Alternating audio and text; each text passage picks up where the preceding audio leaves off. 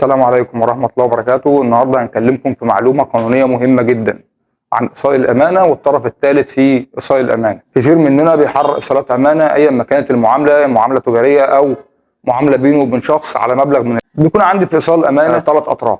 فهنفترض إن 3 أطراف ألف وب وج أو 1 و2 و3. إيصال الأمانة مضمونه استلمته أنا السيد الموقع عندنا بكتب بياناته من السيد فلان الفلاني مبلغ وقدره، وذلك لتوصيله الى السيد فلان الفلاني. الف هو استلم المبلغ من ب علشان يوديه لج. اغلب ايصالات الامانه اللي بيروح يحرر محضر الجنحه ضد الف علشان يحرر ضده جنحه خيانه الامانه المعاقب عليها في قانون العقوبات بيكون ب. وكتير مننا بيتغافل ج اللي هو الطرف الثالث، اللي هو المفترض ان الفلوس هتتاخد الف هياخدها من ب علشان يوصلها لج، اللي هو الطرف الثالث في ايصال الامانه. العمليه ان ب اللي هو الطرف الثاني في ايصال الامانه اللي هو معاه اصل ايصال الامانه وله المبلغ عند الف، انه لما بيجي يملى الايصال بيحط ج اي حد. للاسف الطرف ج ده طرف متناسى جدا في ايصال الامانه. على سبيل المثال لو انت حطيت اي حد معاك بياناته والمتهم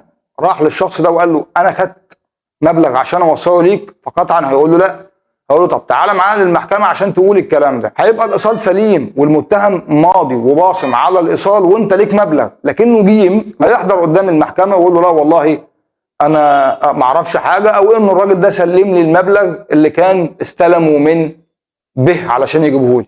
في الحاله دي ركن التسليم تم. جيم الطرف الثالث في ايصال الامانه هيحضر قدام القاضي هيقول له الف استلم المبلغ من به وجابه لي، وكده خلاص هياخد براءه.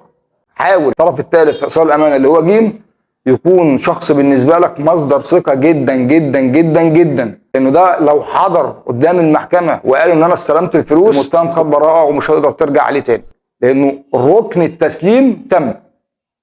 ركن التسليم في خيانه الامانه تم، فخلاص مفيش جريمه ومفيش اركان لجريمه خيانه الامانه هيتعاقب عليها المتهم، وبالتالي هياخد براءه وممكن يرجع عليك بدعوى البلاغ الكاذب.